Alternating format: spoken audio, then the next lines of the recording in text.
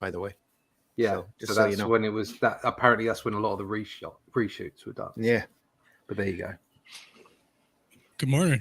Good morning. Whiskey. How are you doing? Good morning. I'm good. I'm going over to Facebook right now to make my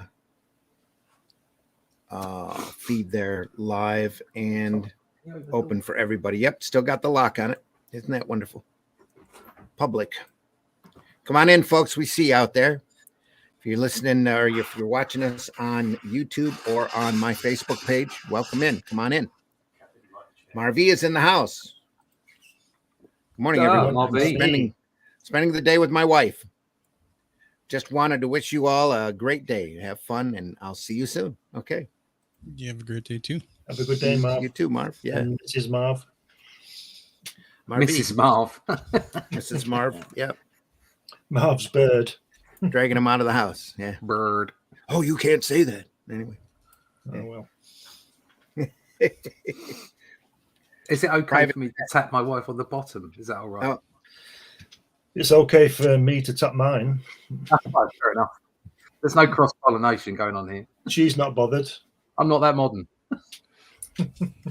Come on in, folks. We're not talking about anything specific today. Is it okay for my wife's boyfriend to tap me on the bottom? Only if you allow it. And then I wouldn't expect to stay married for very much longer. No, anyway. Modern day, eh? Yeah, modern day. We're not here to talk about that kind of that kind of discussion, but we're here to listen to the chat. So come on in, folks. The chat is live. We are live. It is Sunday Funnies. So we're running the opening, and then who knows where the conversation's going to go. It's kind of like that scene in Amadeus where he's like, "Is this modern? What is this?" Yeah. Here we go.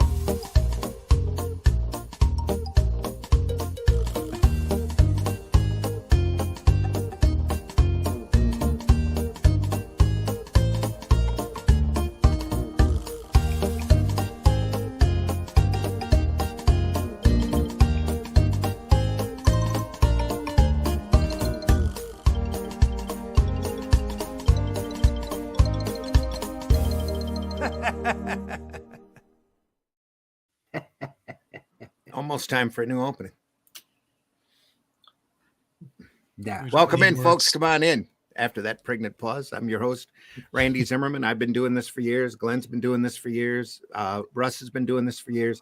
Whiskey, he's brand new to all this mess, but he makes 3D models. So, and he's working on his own book as we speak. He's just started in his quest to do it for this thing for years. Yes, destined to do it for years. Stepped into the hideous coliseum of madness that is making comics. Come on, Whiskey, speak. Oh, it's just flabbergasted by the last comment by Russ. The madness of mucking. Yes. So how's your comic going, Whiskey? You're working on it still? Yeah, I'm still working on it. I'm just working on a layout for the 7th page, I think. Cool. I think it's the 7th page. And I'm doing a 3D model for it right now, so I can use it as a drawing aid for the artist working on it, a gentleman named Danny Cruz. Yeah. Tom's brother. Yeah. Levi is watching and painting this morning. Morning, Levi is watching and painting this morning. I hope it's painting a picture, Levi. I'll be painting later this afternoon, but it's my kitchen. So. Yeah, we're just about to start on the lounge sometime soon. Not looking forward to that. Yeah. I keep trying to get my lawn cut. Next door hate me. They cut theirs every other day, and I cut mine every other month.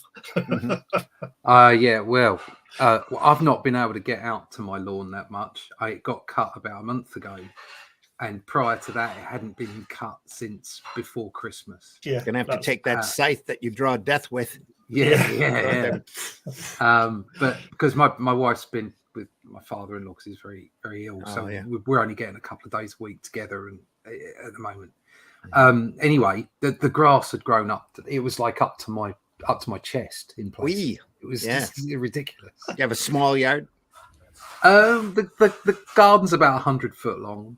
So it's a small yard. It was small for America. Yeah. It was there weren't any buffalo in it. Put it that way. I don't have a yard big enough for a buffalo, but I do have a 1/4 acre. So well, there you go. It's like 1/4 acre. A 1/4 acre over here is a substantial lot. Yeah. It's big. Okay. Well, for an urban area, we're pretty. The lawn is pretty nice. So if you've got a 1/4 acre in an urban area, you're probably a multi-millionaire over here. Well, I think that's not like that. I'm just south of Flint, so my next door neighbor is just. I think he's just saved me a job because he has this sixth sense. Because when I see him cutting the lawn, he's doing it now, cutting his lawn. When he does it, it always rains 10 minutes later. It's like every time. So I'm thinking, I saw him. I just said to Helen, said, Dave's cutting the lawn. I should cut the lawn because in 10 minutes it'll be raining. Yeah. Levi says, I'm doing my best Keith Haring impression on a haunted cedar chest I'm redoing. Not sure who Keith Haring is, but it must be a DIY dude. Haunted cedar chest. Wow. Haunted cedar chest. Love it. It fit perfect in my house. I'm in a haunted house. Right. So we didn't know the history until after we moved in, but it was a single family home. And we were wondering why all the nails were low. I mean, they were all of the nails in the walls were about 5 feet up and way lower than my eye level. And the lady that used to live here was the last survivor of the grand dame, I guess you would say, of the family. Oh, wow. So passed and the house went up for sale. Wow. 1936 was when my house was built. I've got it painted on the main rafter supporting the house. 1936. 1936. I love this house. Well, the house I grew up in is it's not a listed building, but it's older than the United States. It's a cottage. And that's where I grew up. I don't live there now. I live in a modern house now. But still standing? Yeah, it's still there. Still people still living in it. Cool. Yeah. Sweet. It's about 300 years old. Yeah. Ours is built in 1911. Well, our whole country isn't 300 years old yet. So the house I live in now was built in 1994, and I'm the only person who's in it. So there you go. The longest, let's put it that way. Helen lives there too, but my last house was built in 1994. There you go. Well, we walked into this house and Monica had to have it. She always drove past it when she went to visit her sister. Her sister used to live up the street. We moved in. She moved out into the neighborhood. But when the house was up for sale, we had to have it. So we arranged to get it done. And then it took us like 6 months to sell the house, our previous house, because that was in Flint city limits. And it took a little while to sell it. Right. But had what they called a Michigan basement, which is a crawl space that they dug out at 6 feet. There's a little ledge of earth that's plastered over down to a plastered floor. So it would leak constantly in that basement. We were real happy to leave that house. When we went to the cottage, I was only 4. One of my earliest memories, I was nearly 5, earliest memories was that when we went in it, because it's this old cottage, nobody had lived in it since the war, about 13 years. Mm-hmm. And somebody drawn on the walls, you'll know this, Rush, you know the Hobbies advert where they go down the eBay gun, where they go down the Yorkshire type of streets where they deliver bread. Yeah, with cobble streets, and somebody who'd been in there, some squatter, I think, drawn on the walls. All the walls were done, and then obviously my dad wallpapered them and whatever he did. But I often wonder whether, with me being so young, that might have been a little spark I had to click the button in my head, because they were fantastic. I mean, now you'd photograph them, but in those days, nobody had a camera. Nobody knew what a camera was. But if it was there now, you'd photograph them. Back in those days, when the dinosaurs ruled the world. Yeah. When I was younger, growing up, living on the farm, there wasn't a lot to do, and my parents yelled at me for it a whole bunch, but I kept drawing on the walls all the time. Yeah. So you drawn on my walls, did you? I got my dad, one of the nicest things that I remember him ever doing for me, he bought me a set of oil paints and told me, go paint your room. So I had Scrooge McDuck and Droopy and a few other characters painted in there. I was going to do a large collage because we had been to Disney World and had seen this incredibly huge painting of all of these Disney characters, and I wanted to do that. And, one day he come home with a whole set of oil paints and said, "Here, go paint your room." I remember we were decorating what was me and my brother's room in the cottage, and this was when I was about 18. This would be about 73, and I was at college, and I painted David Bowie. I was Ziggy Stardust, bigger than life size, just his head on the wall. As my dad did some replastering, and it was all nice. And so my contribution was to paint David Bowie on the wall. Then it was wallpapered over, right? Then it was wallpapered over. Then we all moved out and all this, and my mum was still there. So my mum lived there on her own, and she had the water tank flooded the upstairs. Something went wrong, and my sister went in and she said, she rang me up and she said, "Never guess what? David Bowie was still on the wall. They took the wallpaper off. It had all come off because of the wet, and he was still on the wall." So I said to her, "So what's happened?" And she said, "Oh, Andrew, her husband has just papered over it again." I said, "Did he take a photograph?" And she said, "No."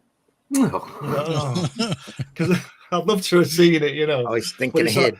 But it's all been done now. It's all since my mum moved out in 20 years ago, and it's been other people have had it. They've all had it replastered, and so somebody will have probably seen it again and thought, "Wow, there's David Bowie on the wall." We had a chain of hamburger fast food restaurants here, a local chain. It started out being QP for quarter pounder because of the burgers that they sold. They changed it to Halo Burger. So they had a cow with a little halo on his head because their burgers were heavenly, right? That was their thinking. But they had me paint the kids' rooms in a couple of the locations, do big murals in their little playrooms. And I was so happy to do it because the first one I did, I had never done one before, and I learned a lot by doing it. And the second one, I had done a couple of them in betweens, and I was really proud of the way it looked. It was a fresh build, and they were just building a kid's room. Back when you had play areas before they realized that if you have a ball pit, kids are going to pee in it, right? What are you Americans like? They didn't do that here. Oh, yeah. Well, they do. They just don't talk about it. But anyway, they were bought out by a large investment firm who sold them to another investment group, who sold them to another investment group, and the third investment group decided that the murals were too gaudy and they had them painted over. Without calling me or trying to contact me or anything like that. They paid me good for them, which I'm really, the first one I underestimated how much time it would take because they had me come in after hours because it was already built. And that was a trudge. That was 2 weeks worth of I was working at a regular job at the time and doing that at night. So I was getting like maybe 2 or 3 hours of sleep a day for a couple of weeks, if I was lucky. But the other one, they gave me 5 days to do it, and it was a fresh build, so they didn't have anybody in there. So I was able to go in and spend, 14, 15-hour days and get it done. I was really proud of it. Anyway, once they painted the first one over, I'm like, great, well, if they're going to do that one, they're going to do the other one. So I ran over there and took a bunch of pictures just to make sure, that I had it. I thought I had pictures of it before, but I couldn't find them. So I went and got them again. Good. So I've got pictures of it. I should scan them and put them up online. I was really proud of those paintings. But sure enough, less than a year later, they had gone through and whitewashed the whole thing over again. So can't believe it, can you? It's the way it is. That everybody's a critic, They won't let them sit up there because around here, there's a couple of large murals. And in fact, they tried to beautify the whole Flint area. And it's pretty, pretty trashy, I guess would be the nice way to put it. They went through and made a big deal a couple summers before COVID, to go around and we're painting 100 murals all over the city. And again, they never called me for any of that. But no matter what the quality. Because they weren't going to pay. No, there's some really beautiful murals up there done by some really good professional people. So I can't say there's a single one of them that I would consider to be low quality. They're all really, really nice murals all over the city to try to beautify it. But, it's like who is it? Sarah Palin said, putting lipstick on a pig. Yep. She'd know. She'd know. Says Keith Haring is a pop art painter in the 80s. Busy condensed line work. Oh, cool. Not quite like Peter Max, who had large blotches of solid color. Genuine Comics says no rest on Sunday. Yeah. Thanks for listening in, Dave. Is there anything you want to know? Anybody out there in the chat, join in. We are live. We are live, and we are just letting the conversation wander today. We are live and we are bored. We are live and we are bored. Entertain That's us. True. Yeah. Are you not entertained? Anyway. Randy, see that book behind you, that Crime Does Not Pay? Mm-hmm. When's that from? That's from the 1950s. From a time when crime didn't pay. It's not. Is it one of the Kirby ones? No. This is one of the Charles Burrow Crime Does Not Pays. Right. Here, I can take it out of the bag. It's in rickety shape, but when you see one of these at a show for a couple of bucks, even though see how frayed it is. Oh yeah, look at that. Yeah, you're gonna pick it up. Hold on. Yeah. Look at the way they've used that blue on that. Look at that blue. It's fantastic, isn't it? That's Charles great. Biro, yeah. That's how to do lighting. Look at that. That's lovely, isn't it? Yeah. That's somebody who knows what they're doing. The original, now better than ever. Yeah. Even though it's the first one, it's a Lev Gleason publication. Charles Burrow, Bob Wood, guys who did the original Daredevil in the red and blue costume. Started out originally in black and yellow. It's got the I think George Tuska did a lot of work, or Herb Trimpe, one of those guys. Their main mascot is a character named Crime. Looks like Peter kind of a ghost character who goes around and narrates all of the true crime stories about criminals being executed or hung or whatever. So yeah. Police teamwork and 3 blind rats. See how they ran. One ran into the electric chair. One chose a noose of rope, did another fair. Chamber of gas was the third's last care. Yeah. Damn. Crime does not pay. And I'd have to get my magnifier to see exactly when this was done. Lev Gleason publication had to have been. Was it 54 or something? No, it says copyright 1949. 49, wow. 1949.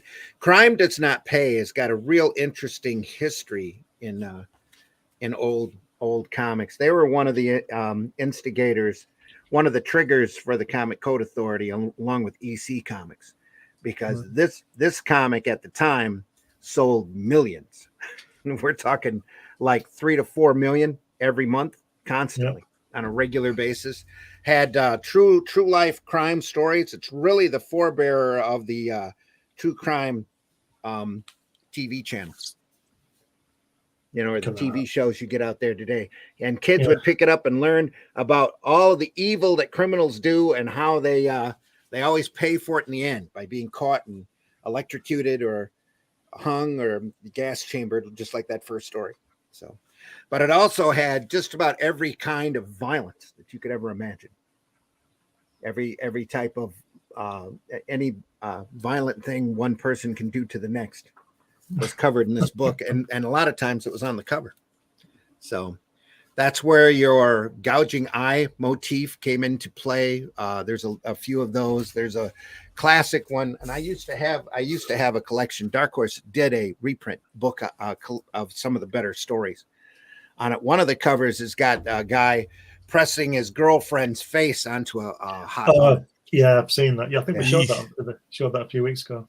Yeah, I've seen that. Yeah, that's really the hallmark of the Crime Does Not Pay comic. And they literally went out of business. Lev Gleason, I don't think, lived much after that. Charles Burrow, who was the creator of the Human Torch for Timely, went on. They had a whole pantheon of superhero characters that are pretty cool. Just oddball. Silver Streak is among them, a guy who could run fast. Daredevil. The original Daredevil was part of that. Dynamite, I think there was a character by that name. A couple of other. They had a really nice pantheon of superheroes going. They never did a team book though, which they should have done. But that whole company quietly folded once the Comic Code Authority kicked in, because one of the criteria for the CCA when they first started was the word crime would not appear on the cover. And they did that on purpose in order to get that title to stop. Wow. So there were a lot of big selling, the comics were starting to be aimed more at adults, and some of the publishers didn't like that. So they, when they created the CCA, they put in certain things. Couldn't have werewolves, vampires, or zombies, or couldn't use the word horror or terror on it, which shut down a couple of the EC titles. EC was also doing crime suspense stories at that point. Gleason died in 1971. Okay. Wow, sorry. Not much after that, though, but 20 years. When did they, how long after that they start putting comics in magazines as a way to get around it? Well, the code kicked in 1953, and by about the late 50s, you started seeing Gaines. Once the code kicked in, he tried magazines. He did a psychoanalysis line, a new trend line is what they called it, and ran a couple of stories in that. He tried to clean up some of the stories and release them in regular comics under different titles, and he kept bumping heads with the Code Authority because they didn't like him. And the rules were so liquid that if the council didn't like you, you just didn't get anything printed, you know. And in order to be on the stands here, unless you were Dell, which basically told them to go screw themselves, we do all kid books anyway. If you didn't have the stamp, you weren't put on the racks. So he tried magazines for a while and couldn't sell the regular stories in magazines, but his one humor magazine he had sold real well, so he concentrated on Mad. Didn't Vampirella do a stint in some magazines? Vampirella came through in the early 60s, I think, maybe late 59. I don't know, remember the exact year, but Jim Warren picked up that example from those old EC books. In fact, picked up a lot of that talent.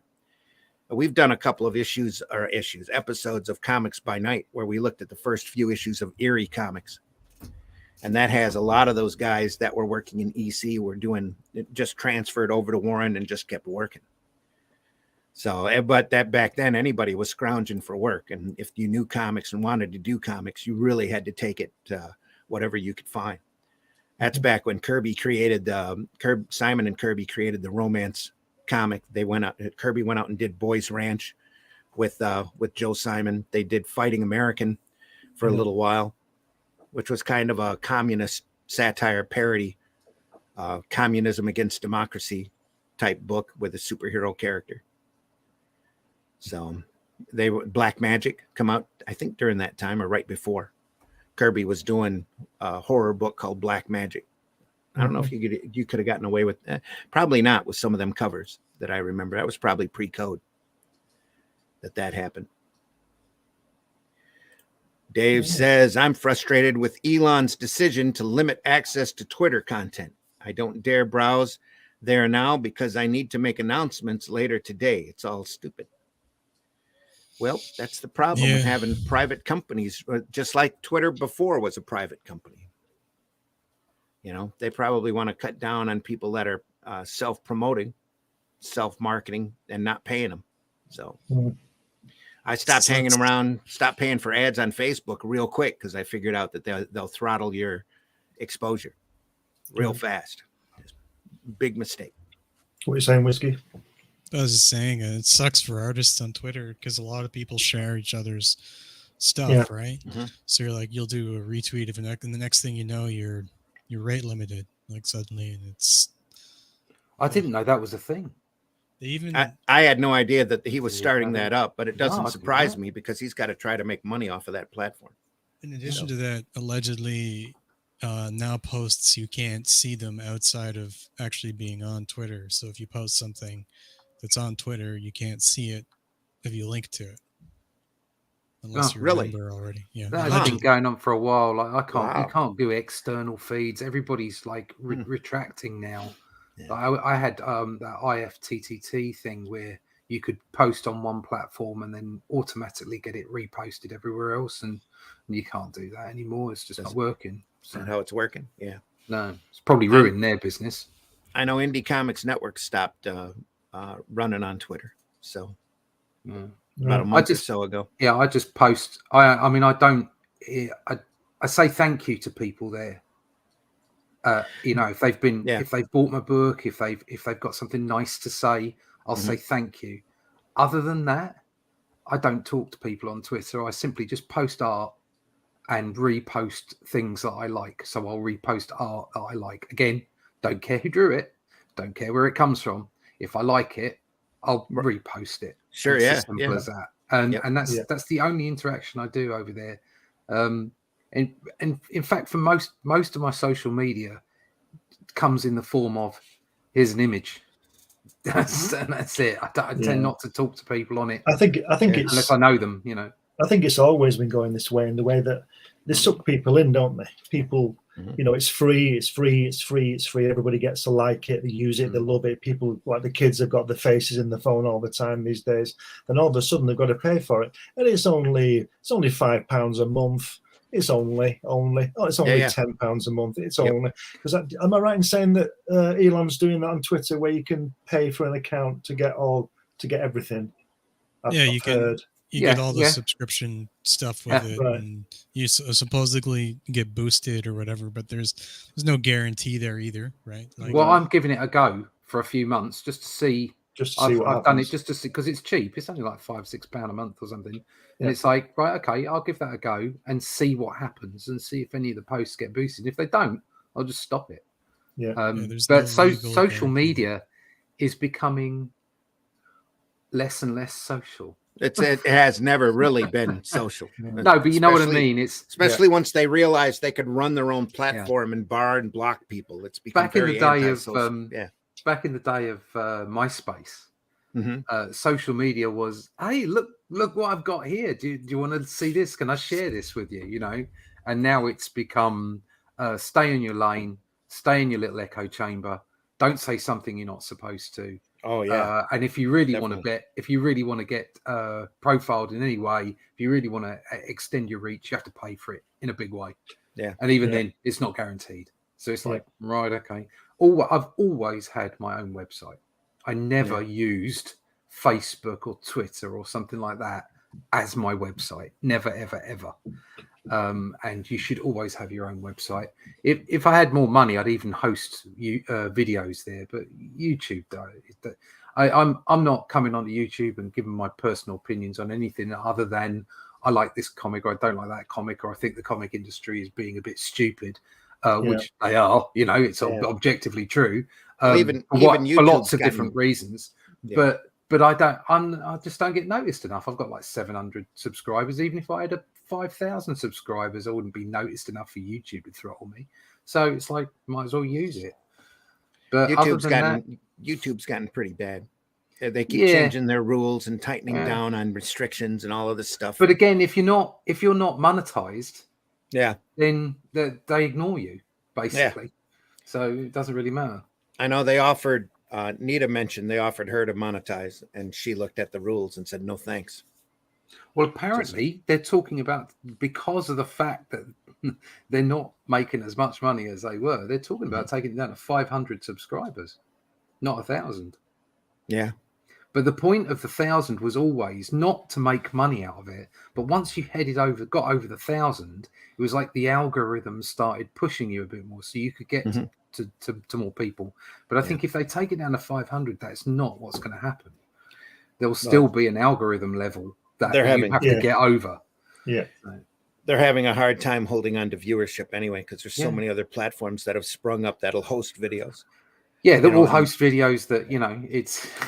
and Rumble especially has grown by leaps and bounds so much in the last couple of months. It's been crazy. I really fancy going and trying these others. Hello, Alison.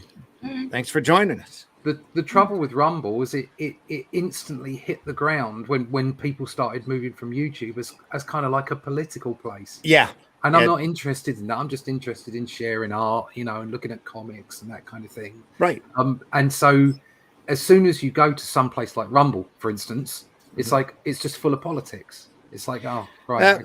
A lot of it is absolutely. A lot of it's right wing craziness, but crazy. A lot of the really great conspiracy videos that I used to love watching on YouTube are gone now, or at least they're out of my algorithm. They don't show them to me. I don't get to see any of the kooky stuff anymore. Any of the wacky stuff, it's all gone. All the kooky stuff now up there is coming out of the History Channel and the National Geographic. Wacky has gone mainstream. Yeah, it's the news. It is. You want to see anything about ancient aliens? Boom! You've got every History Channel video pop up on your feed like you wouldn't believe. But all the really stray sites, the really crazy ones, that I love watching them and going, "That's a Zeppelin, dude."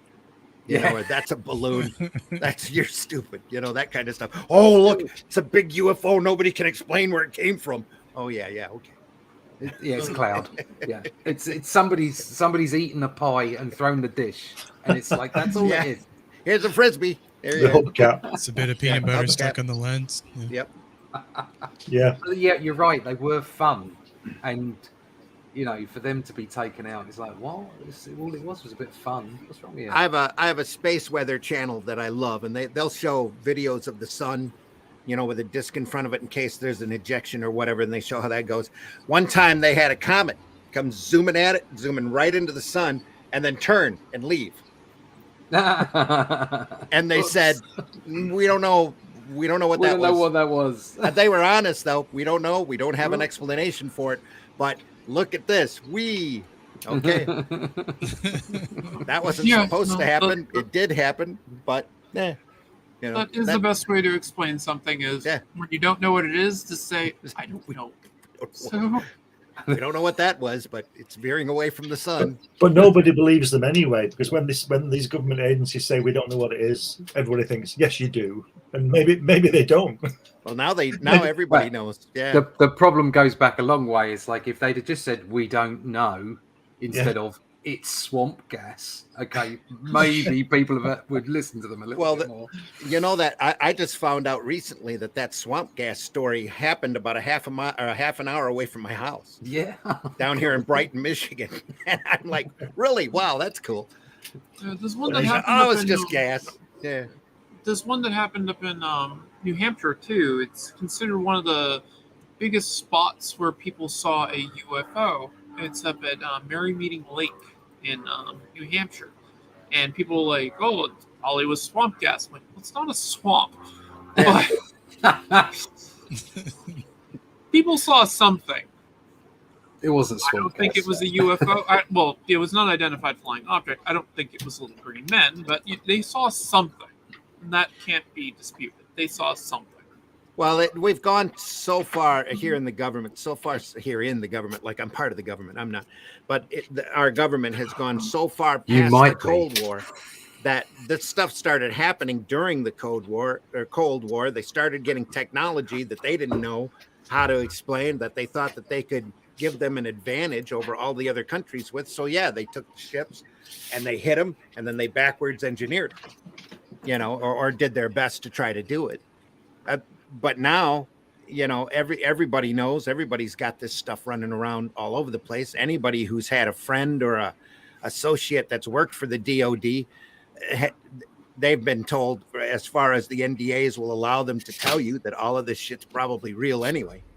So for this guy to come out and whistleblow and say, hey, we've had ships forever, it's like, yeah, Bob Lazar said that 20 years ago. But so much of it is misdirection, isn't it? It is. So much of it is misdirection. I mean, I'm quite keen on the Men in Black on the theory about it being a sort of a breakaway civilization, whereby some of the technology that was found during towards the end of the Second World War was developed even further. I mean, in the 1950s, there was a big, it was quite open. We're looking into anti-gravity and all that kind of stuff. And then it just went quiet.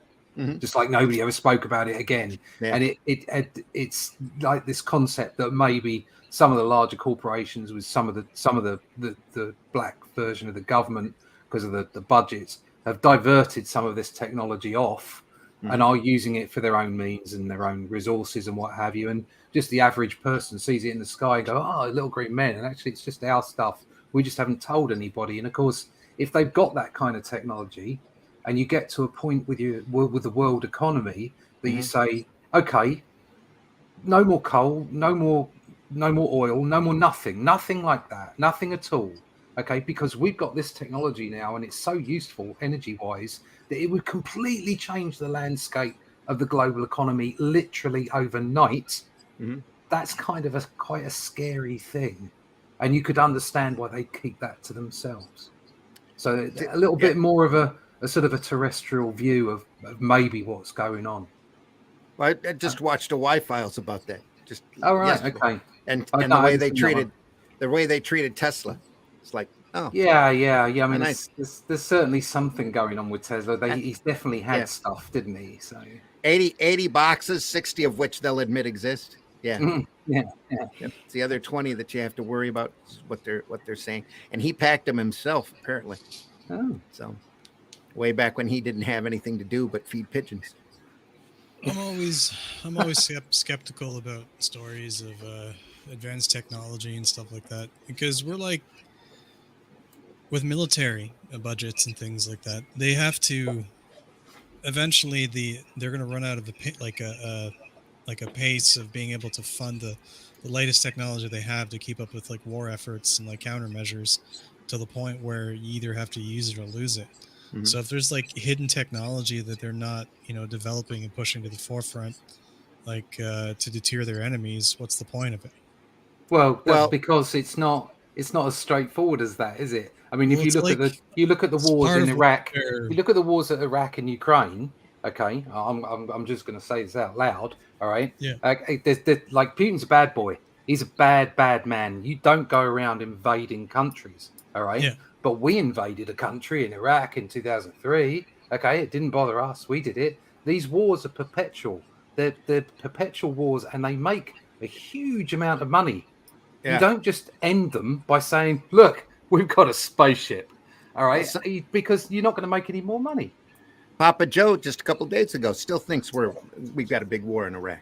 So. Yeah. I mean, I know that's a conspiratorial theory and all the rest of it, but it's like to suggest that they would just say, "We've run out of money." It's like they've stole money off us in 2008. It was the largest. That was the largest movement of money from the people to the people in control. Okay, up until the pandemic, when they moved even more money. So it's like, and again, I'm not saying that's not a real thing. All I'm saying is, the powers that be, they take advantage of the situations that happen in the world, and they don't have to tell you anything. They're perpetually going to steal off us. That sounds really dark. I'm just saying that there's it's a little cynical, but diminishing returns, right? Like with military funding, like you get to a point where it costs so much money to make a deterrent to the next big, advancement, that you eventually have to use the stuff that you have, right? Well, no, you just force inflation. Not really. Take all the money from the general public. Not if people are making money off of it. They're going to try to keep the old technology for as long as possible. Yeah, that's what I would suggest, because if you had all these forward, advanced technologies, and you were the dark aspect of the government that don't have to worry about answering for your budgets, then why change the world if it's in the place that you want it to be and they're ignorant of what you've got? Yeah. I can see your argument, but I just think they're so casual about stealing off the general public. That's a nice chain of thought, but it doesn't work when greed is involved. Yeah. And when isn't greed involved? Exactly. Oh, wow. I was talking to Helen this morning about similar things, that think of all the money that's spent on arms and military stuff. And we put off, I know it sounds like a utopia thing, but you put that money into medicines and start curing people. Of course. And if people are cured, they don't need to be cured again. So they don't make money. But if you're making bullets and rockets, you need to replace them because they're being used. You can target that theory at the pharmaceutical industry as well. Yes. Yeah. Yes. Sick people make money. Yeah. Yes. Welcome to the comic show, folks. Come on in. Remember a story about a gentleman going to like a cancer research thing. He's like going through the event or whatever corporate nonsense that's going on, and he's asking the question like, why am I not seeing anything about cures? Right? Everything's about treatment. Why is there nothing at all about getting to a cure? You see treatment, but no cures at all. Nobody's talking about it. Nobody's investing in it. Well, just the obvious answer is allegedly that this person was given, since this is all secondhand, was that there's no money in curing anything. There's only money in treatment. Yeah. Yep. It's the basic line of thought. Yeah. Yeah, that's been going around for a while, that line of thought. It seems realistic to me. So, then there's a Canadian study that says THC can cure cancer. So, hey. THC? There was a Spanish study, too, in the 1970s, I think, that did something similar. There's a number of them, yeah. Yeah, I've heard pretty much that THC can cure everything. That's the other. There's also a German study that has shown that for hetero men, staring at naked breasts for 10 minutes is the same as a 30-minute cardio workout. So, hey. Really? It must be why I'm super do we want to fit. test that theory right on the air now? Yeah. Not on the air, no. We get slammed off of YouTube faster than lightning. But that study circulates around the social media platforms about once or twice a year. You see that.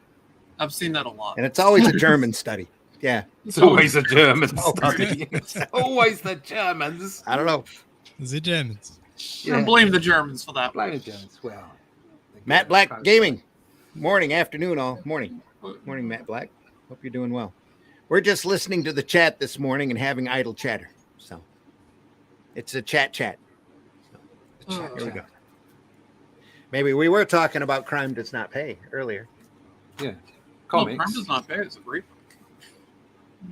It's a great series. And Dark Horse has done at least one reprint. I think Craig Yo's done a reprint or two off of those stories. I believe they're all in public domain. It's a Charles Lev Gleason publication. So I know all of those characters are in public domain. That's why you see the red and blue Daredevil throwing boomerangs all over the place. Savage Dragon and Dynamite's done it. And Yep. Through boomerangs? Yeah. He had a belt made of spikes, too. Which probably made it difficult for him to get close to anyone. A belt made of spikes? Yeah. I can show you what the character looks like. Give me a second here. He's red and blue, isn't he? Like, yes. Yeah. It strikes me as not a good thing to have to wear. No. He had an incredibly violent origin that they quickly dismissed because it was he ended up the guy was in a African tribe, if I remember right, and got skinned or something like that, and he wore that head to toe outfit in order to hide his appearance. Oh, that is pretty hideous. That's pretty dark. Very dark, especially for a kid's book. Especially for a kid's book that they introduced a kid gang in there called Little Wise Guys that ended up taking over the book because they were so popular. Sounds like the comic code to me. Yeah, it's one of those things that help trigger it. Yeah. Sounds like a variation of our gang. Yeah. Well, there were a lot of those back then. Bowery Boys, Dead End Kids. Yeah, that's true. Forgot about Dead End Kids. Share screen here.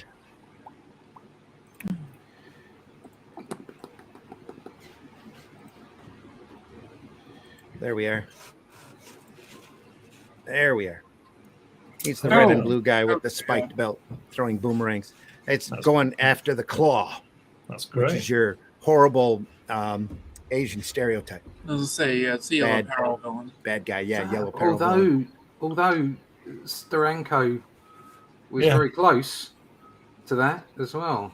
I'll tell you something. I'll tell you what's scary to me on that. That Statue of Liberty is a bit close to that Manhattan skyline. Sure is. Just a tap. It's artistic license. I know. So. That moon's mighty big too, and the claw is incredibly huge. So. It's walking there. He's on. Yes. That's what's going on. And somehow it's not underwater. It's like we're good. Yeah. I like his costume. I'm not sure about the belt though. Like you say, the belt looks a bit dangerous for lots of reasons. Yeah. But the costume's great. Originally, it was yellow and black, but they changed it to red and blue after the first couple issues. Yeah. Wow. It's like when I see spikes on people's shoulder pads, and I'm just thinking that doesn't strike me as a good idea. Because as soon as they go like this, they're dead. It's only okay if they're already dead. Yes. Come here, give me a hug. Yeah. Yeah. Super. Oh. Or they have a helmet of some kind. Yeah.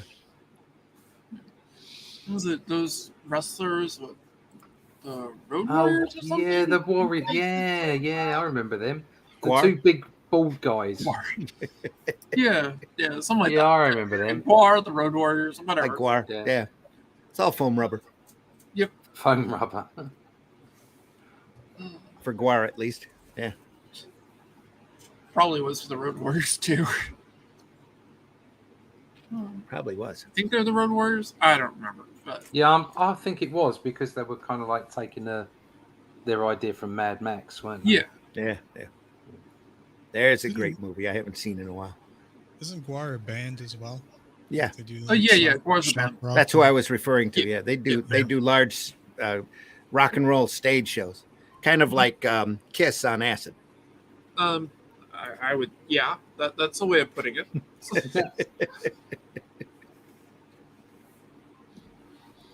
They'd have whole props and stuff. They'd bring people up from the audience and then send them through a meat grinder. So not literally, but it sure would look like it from the crowd. Yeah, no. Just break them right through.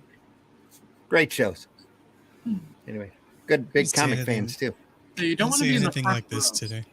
No, you don't want to be in the front row of a War concert, from my understanding. Like being in the first 3 rows of a Gallagher concert. Yeah. You're bound to have a mess. Bound to be wearing watermelon. Mm-hmm. Folks, we're trying to listen to the chat. You need to get more chatty over there. We got a few people watching us this morning. We're here to talk Sunday Funnies. Mostly comics. Mostly conspiracy theories. Yeah. Whatever you want to. People. Aliens. People. Whatever you want to talk about. Aliens. We've covered alien conspiracy theories. Ignoring the Fermi paradox. Ancient Apocalypse on Netflix. Very interesting.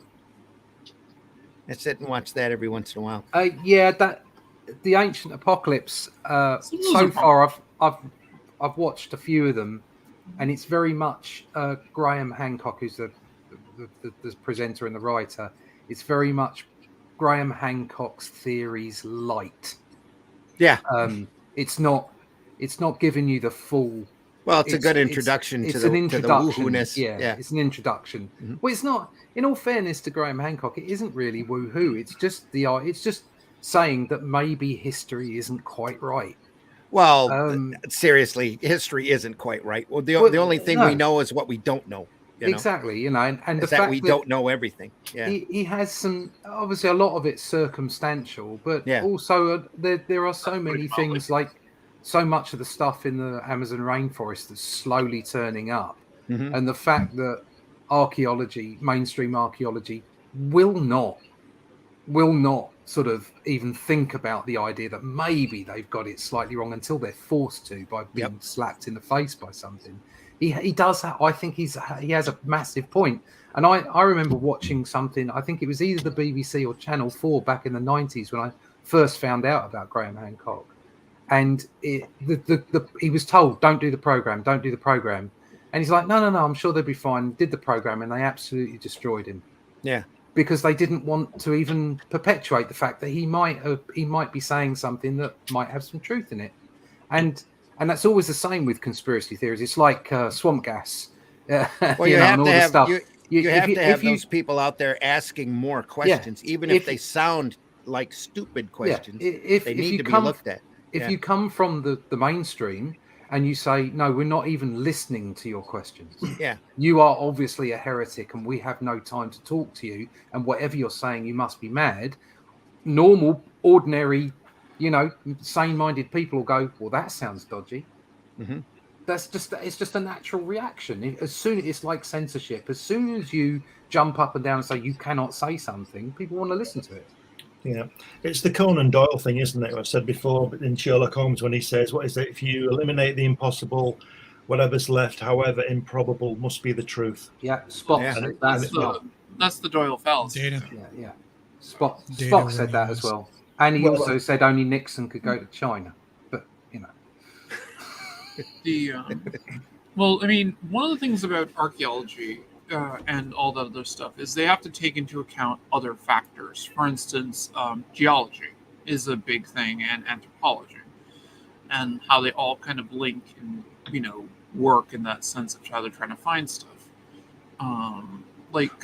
Yeah, you say that, but for instance, in the particular instance of Graham Hancock and in the Egyptian archaeology, he for instance with Robert Schoch, they were talking about the concepts of the weathering on the Sphinx, and the archaeologists would have no truck. I mean, Robert Schoch is a PhD. He has tenure, and he's a geologist. He didn't at the time. He didn't care about archaeology. He didn't care about anything like that. He was just saying, "Look, this is older than you're saying it is." And they were like, "No, you're." And they accused him of seeing UFOs and all kinds of stuff. I mean, it was harsh on Robert Schoch. But what he's saying, it's got backup from other geologists. It's the Sphinx. They know how old it is. They can tell by dating it. We can't date rock. You can't carbon date rock. You can absolutely date rock. That's what a fossil is. No, you can carbon date a fossil because it started off as not organic rock. matter. No, it doesn't. No, it's all about the uranium content in it. There's like 100,000 different ways you can date something. Yeah, but you can't. Okay, you can date a rock to millions of years ago, but you can't date when somebody chipped it into a form. Well, they have a pretty good idea based on the records. The Egyptians kept amazing records. Yeah, but also the archaeologists would say the Egyptian records were one way, and other people would suggest so how for instance, like the list of kings. How old is the Sphinx then, Alison? I would have to look it up. I'm not an Egyptologist. It's supposed to be about 6,000, 5,000 years old or something. Anyway, listen. I can prove what swamp gas is. And I'll show you. Some of you put me on full screen. Let me go to Taco Bell. I can show you what swamp gas is too. Hey, are you gonna have like a bunch of tacos? Here we go. There's swamp gas right there. Just let me. I'm a spoiler alert. Spoiler alert. This is what swamp gas is.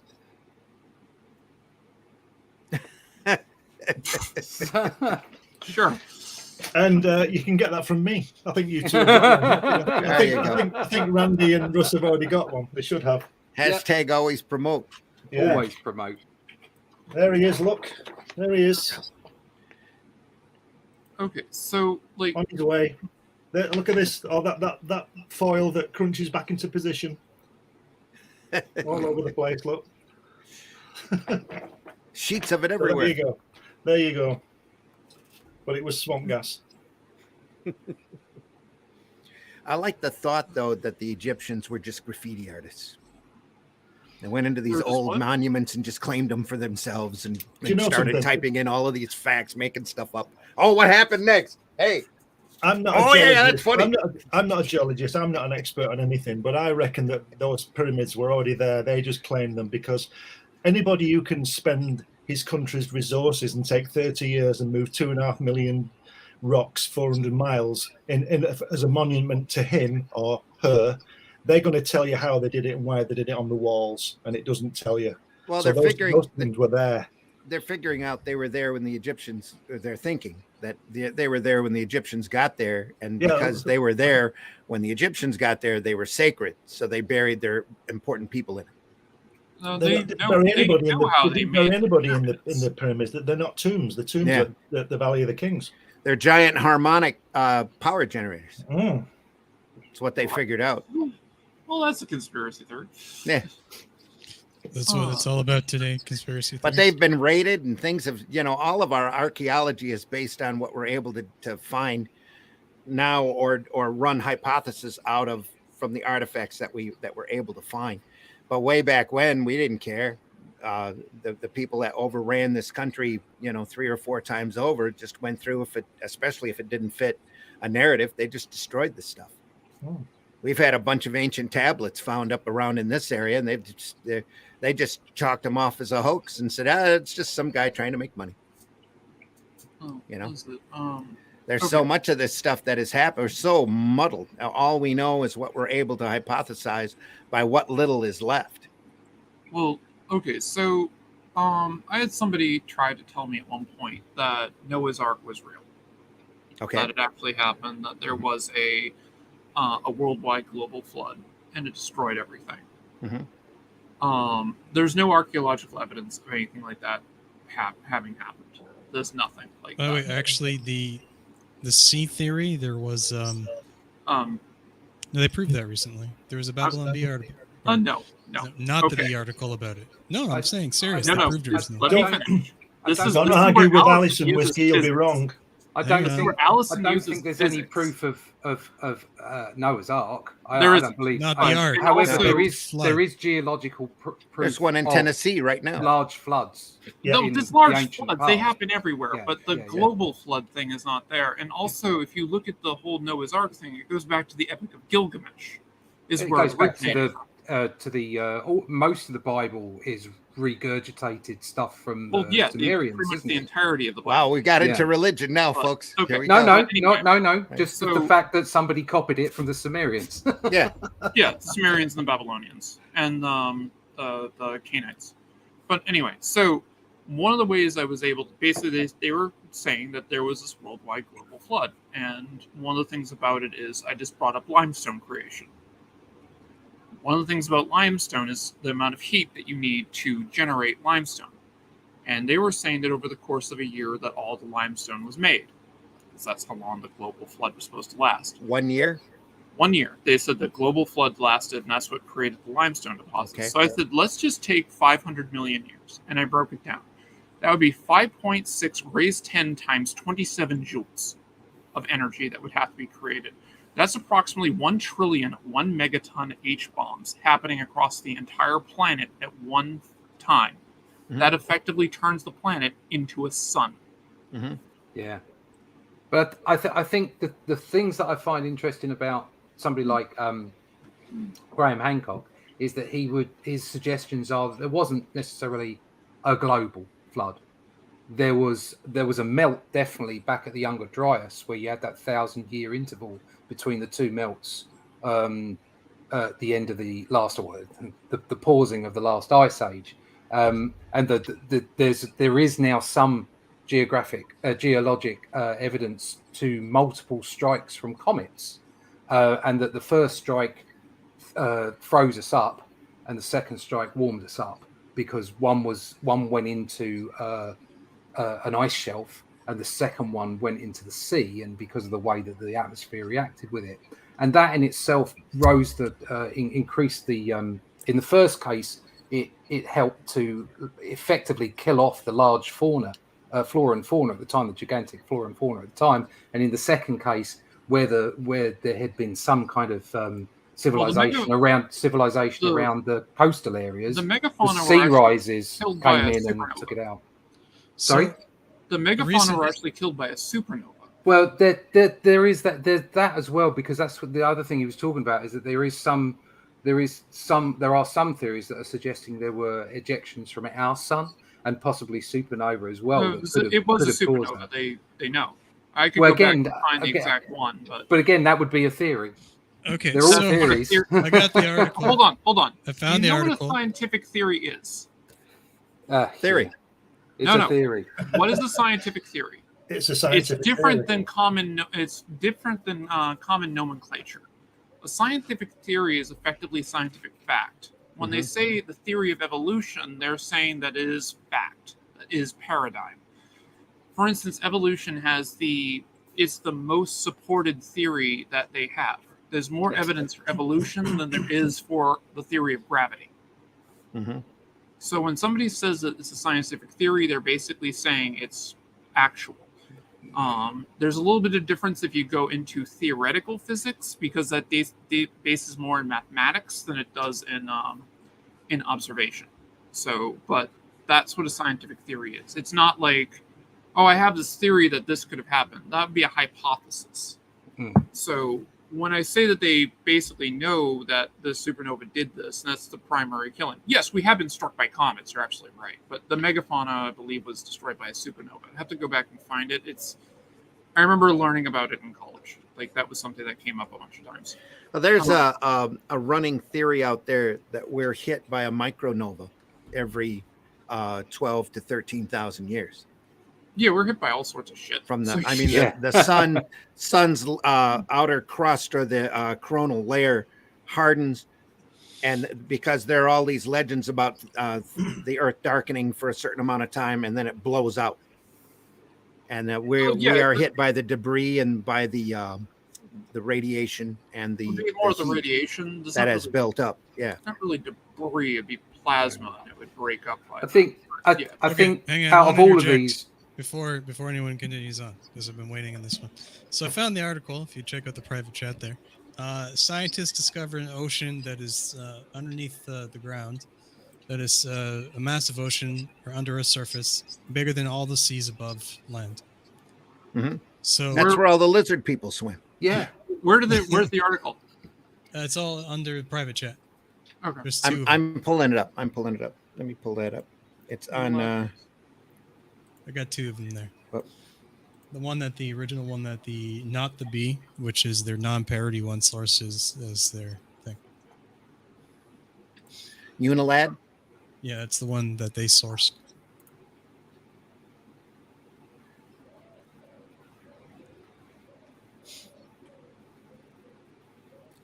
Well, that's where all the dinosaurs Scientists discover massive ocean beneath Earth's surface bigger than all the seas.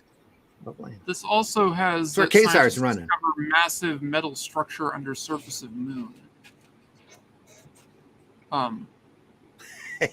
Right. What's this got to do with the age of the Sphinx? I don't know. But huge body of H2O. Oh, they have found something large under the surface of the moon. That was done via satellite scanning. There is something. I'm not suggesting for 1 minute that it's, a built structure, but there is a large magnetic issue going on in the moon. The what was it? The more we know, the more we don't know. Yeah. Well, there is water underneath the surface. Yeah, I just don't. I have trouble with the source. I want to see the paper. Yeah, the other one's from Not the Bee. Scientists discover massive ocean underneath Earth's surface, bigger than all the seas above land. It'll be fresh water, so they won't be able to charge us for it. Yeah. That's where King Kong is. This doesn't reference the paper it came from, so I'm hesitant on it. Let's see if this does. Article. I'm suspicious of this article just because they say they're not the bee. See what you've done, Whiskey. You've interfered now. And you've got everybody going. I'm not seeing an article quoted in this either. The work of Dr. Waite Brown, an MIT grad with a PhD in mechanical engineering, who explained he must know what he's talking about then. The decades ago that highly pressurized water from the Earth's crust could have shot up into the atmosphere before falling into frozen sheets, and that this frozen deluge would explain why so many prehistoric animals like mammoths were frozen instantly with green grass in their stomach. Grass takes mere seconds to turn brown in the acid of an elephant's stomach, in parentheses. I would want to see the paper on that too. A lot of biblical references, but yeah. Anyway. I can definitely say with my with my studies of astrophysics, I am not qualified to make a comment of how quickly something will digest in the stomach. But you will.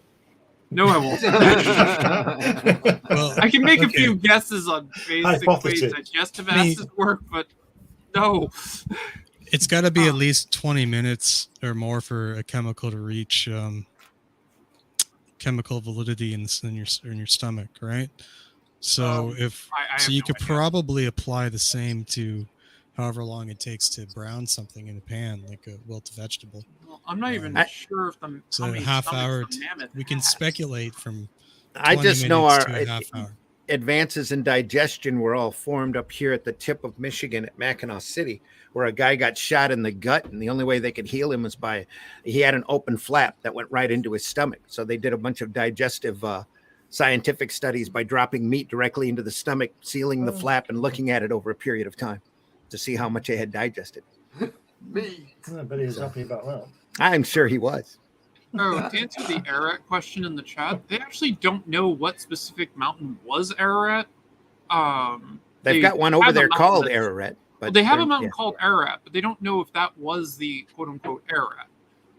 And the what they found, it basically there's like a silhouette that somebody said, "Hey, that looks like a boat."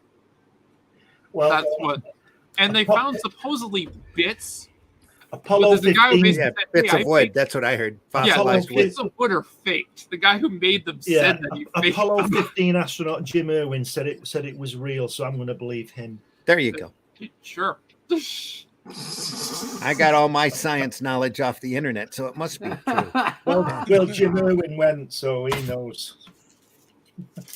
Jim Irwin went to the moon and walked on it, so he knows about Mount Ararat. Yeah, apparently. Scientists are dumbing down the world. Idiocracy. I don't know if we'll go with that. I think it's most people don't listen to them. That's very true. There's all sorts of papers being published constantly that nobody wants to admit exist. Well, the whole point of a scientific paper is for it to be criticized. Mm-hmm. So when you publish a paper and then you reference it, then you can see how people criticize it and then see, can we reproduce what they said in said paper? Heard of the Sokol hoax? I'm sorry, what was that? Heard of this Sokol hoax before? Not catching the last word or two. Sokol hoax. No idea. Hoax. So there's definitely hoaxes. Is there a comic out on it? That's what I want to know. Well, I mean, not related to comics at all. But the Sokol hoax is Andrew Sokol published a bunch of papers to get them peer reviewed, and they're just basically they're proofs that the peer review system is broken. So when he got them published, they were all just like complete nonsense, but because he used buzzwords in the thing, they're all peer reviewed and published. And they were all like far left progressive topics. That I heard, I did hear that. I saw an interview with that guy. I know now. Yeah. Basically, they were doing all kinds of things like dogs being the reason why men. Dogs and cats living together. Stuff. Yeah. The point cats of my and dogs living together. Mass hysteria. The point of my statement is that scientific academia and peer review is corrupted, and it's very difficult to trust modern scientists today. I think we've seen enough evidence out there for it to be questionable. Yeah. So I'm not familiar with that one. Like, what was he publishing on? You have to. I'm not specific. It was. I don't know. Whiskey, it was a bunch of white papers, wasn't it? It was a bunch of white papers. Look under Wikipedia under that name, Sokol hoax, and see what comes up. Yeah. Send me a link. That's worth reading. I heard about it too, but like I said, I heard about it on the internet, so it must be true. I seen a house Sokol affair, also known as a Sokol affair. I seen a horse fly. I seen a needle wink at Saturn. Don't go start quoting Dumbo. It'll just get us in trouble. It will. I love that song. That was great. I loved that when I was a kid. You still love it, don't you? Yeah. Anyway. What I want to know is I've got a question for you guys because you're all very, very intelligent and well informed. Why did Jack Kirby change Captain America's shield? The shape of it. It was easier to draw to start with, yeah. Okay. That was the big thing because they kept trying to get that triangle right and it wouldn't work. Yeah, I was just. That is really hard to draw. But bit of trivia I found out. The first time Cap ever threw his shield was Captain America number 10, and it was a story written by Stan Lee. Oh. That's throwing the cat amongst the pigeons. So he must have invented it then. He must have created it then. And that was more than likely after he had already what's the proper word? Snitched Simon and Kirby out to Martin Goodman for them working at DC. I think they were already gone by that point. So I don't know. I'm not exactly sure when they were fired off of their own creation, but That's what Lee used to be their gopher, used to go after sandwiches for him back when he was like 14 years old. And he happened to mention to his uncle, Martin Goodman, though he never yet. It's fast. I just got done watching that Stan Lee documentary, and I could talk about that for a little while, but that's a whole nother, he never refers to his uncle as the publisher, but his uncle was the publisher of Timely Atlas. He was the owner of it until they sold it to Candace. And but it was only his uncle by marriage. Oh yeah. But he gave the kid a job, to keep him off the streets, I guess, or keep him busy. He almost became, I think he said, either a hat maker or a dressmaker, one of the two. Makes sense. But I think it was a dressmaker. But anyway, he was working for Simon Kirby, chasing after their lunch and coffee and stuff, and keeping Kirby in sharp pencils. And they were working. They went after they created Captain America. They went over to DC and got twice the page rate. Yeah, and they created Boy Commandos, Newsboy Legion, all these characters over there, and they were getting double the pay that they were getting doing Captain America. They didn't want to stop doing Captain America, so they hired a few apprentices in, and Kirby would do the frontispiece and the cover of the Captain America stories, and have his assistants do the majority of the fill-in or do the majority of the artwork. And then he would go back over it and make sure it all looked like his style. And they'd ship it into Goodman, and they kept going. But apparently Lee mentioned offhand to Goodman that, the latest issue of Captain America was late because they were doing stuff for DC, and Goodman had a major cow and fired him. And kept the right. Well, he had the rights to Captain America, so they just let them both go. They went over to DC and got incredibly prolific after that. Just started kicking out Sandman and Manhunter and a few other things. So and they were working for a higher pay. So yeah. What was the documentary like? It tried to sound like it was even-handed, but it was very well. Obviously, it was on Stan, so it was very pro Stan. Did it mention Kirby and the other people? Oh yeah. It mentioned them quite frequently, and mentioned the tiff that they had, and the questions that they had about creatorship. But it brought up the point that Stan's idea of creating something was completely different from the versions that you hear from Ditko and Kirby, because all they did was the visualizations, but the actual creation of the character was Stan. Which was like, oh yeah, okay, yeah.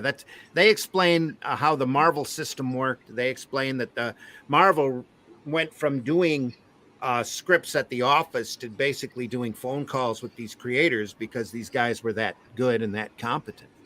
They explained all of that, but they kind of glossed over the fact that all of these, there's a point there where all Stan did was call up whoever and say, hey, what do you want to draw this month? Yeah, that sounds cool. Click.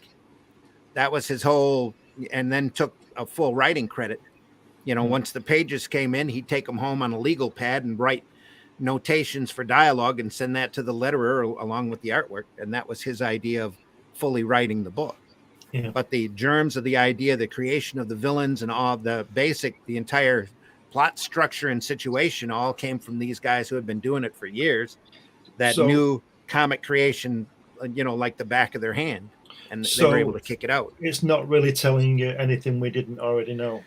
There were a couple of minor points that I wasn't aware of about Stan and his life and his wife and that kind of stuff that were kind of nice. But the way that they treated the question about the creation part of it, especially towards the end, and the fact that everybody was bitter against Stan, but Stan had a whole different idea of what creation meant, I thought was a little heavy-handed to Stan as opposed to these other guys. But also, Disney has been wading through tons of litigation now that they own Marvel, especially with the Ditko estate now, about ownership. So they don't want to admit that these Disney and Marvel are always going to come down on Stan Lee's side. Did that kind of work. Stan Lee was effectively Marvel. Yeah. Yeah. Well, Stan's covered too. Stan's under contract. They paid him after he stopped. The Marvel paid him to be out in Hollywood. They gave him a stipend of. They kept him. That's what I'm saying. He was effectively by whatever standard. He's covered. He's legally covered. He was in their agency, which means that they're always going to come down on his side because it leans towards their favor, doesn't it? So. Especially when it comes to litigation. Now they've settled with Kirby Estate too, which is why they gave Kirby as much credit as they did. But Ditko, hey, he was he was there and then he was gone, and I was real sad to find out that he had left and all of this. And the family still put out a statement though, didn't they, saying that they weren't particularly impressed with the Kirby's did, Yep. But they've already been paid, so they're just trying to preserve the correct legacy of the history. And Kirby, they both deserved more credit. But the one thing I didn't realize about Stan, and they've got him on an interview saying this, that I was my own editor. If I needed a car, I just went out and wrote 2 more stories and put a down payment on my car. His wife liked to spend money, and he kept her happy because she was beautiful. So fair enough. He knew he married above his station, and he had the ability to keep her happy, and that's what he did. This is I needed. She wanted a coat or some clothes. I just say, that's okay, honey. I'll just write another story. Can't get away with that now. That was rather interesting. That sounds right. Yeah. That's what John Lennon and Paul McCartney did, wasn't it? They sat down and wrote a swimming pool. Yeah. Yeah, isn't it? That's the way. I think that was the way Michael Caine. Well, I saw him interviewed about it, and they were talking about. He's like, "Oh, I suppose it's an art." He said, "If I need another swimming pool, I go out and do another film." He was quite candid about it. That's what Ozzy Osbourne said. Did you watch that show when he was on with his wife? That Osbourne's thing. Yeah, he wasn't in it for a few weeks. He'd been touring Canada or something, and he came back and he's coming up the stairs, and she says to him, "Oh, Ozzy, the roof's leaking. We need a new roof." And he says, "Oh, bloody hell, Sharon, I have to go for do another world tour to pay for it." And he turns around and just goes down the stairs, and you don't see him again for 5 weeks. Oh God! It's the new roof tour. Yeah. Issues we have today. Scientists are dumbing down. We already covered that. Yeah. All right. But yeah, it's an interesting documentary as long as you're willing to take it with a grain of salt. Yeah, I'll probably never watch it. It is very pro Stan. But I was surprised, honestly, after reading the Stan Lee autobiography graphic novel that Stan approved of a few years before his passing, that they actually gave Kirby and Ditko the amount of credit that they did. And they were. It's like they were trying to be even-handed with it, but things need to fall in a certain way, and not necessarily being accurate. Nobody kept track of that stuff anyway. And Kirby's out there doing interviews talking about that he was the sole creator on the majority of this stuff. And Ditko, he didn't give any interviews at all because he was done with everything after he walked. He never drew Spider-Man again. That was his number one rule coming back working for Marvel, is that he didn't draw Spider-Man. So they gave him Rom's Space Knight. So. Oh, I loved that. Yeah, that was cool. I couldn't believe it when he got the Fantastic Four annual. It's awful. Ditko? Yeah. Yeah, well, you have to. Ditko at that point too was knocking it out. Are you talking the 80s and 90s? Yeah, 80s, somewhere in there. Yeah. So I saw some Rom Space Knight pencils that they gave to Atkin and Garvey to ink, and they didn't ink it. They really did finishes on it because it was all basic shapes. Yeah. That's all it was. Just lay out basic shapes sent. But Rom was basic shapes anyway. Didn't Sal Buscema end up doing Rom? I think anybody they could find in the office did Rom for a while. Yeah. Yeah, that sounds right. I mean, it was Rom. Sal's big run that I remember, big runs, I should say, was on Incredible Hulk and Defenders. I loved him on Defenders. Yeah, Defenders he was just amazing classic. on that title. Yeah. He did a pretty good Spider-Man run, too. Sure he did. Yeah. One of them, probably the Peter Parker. That's the one I'm thinking of. Yeah. And I never appreciated Ron Friends until a few years ago. He's on Facebook now putting up like convention sketches, and he's just knocking them out of the park. You sit there going, wow, that is amazing. He's definitely channeling the Buscema brothers as kind of like a one entity. His work is fabulous. Him and Keith Pollard, Keith Pollard used to do that a lot. You go back and look at his Fantastic Four, you can see a lot like a combination of Kirby and Buscema sitting right there. And he was right in that pocket. He was really good. Or I remember him being really good. So just pulled out my Killraven Essential the other day and looked through that. That's such an interesting title.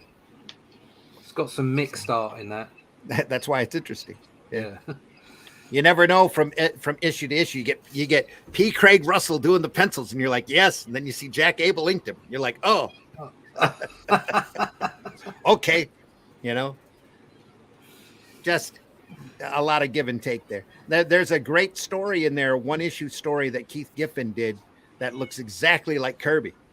Back during the period that they told him that he needed to draw like Kirby, so he drew like Kirby for 5 or 6, fill in. There's a couple issues of Defenders that's the same way. It looks like miniature Kirby, just great, just phenomenal, blocky stuff and all dynamic. And you get a lot of these hands flying and all this foreshortening, just beautiful stuff. And I know he was there for like 6 months or so drawing like that until Remita called him into the office and said, "Kid, you draw too much like Kirby. You need to come up with your own style."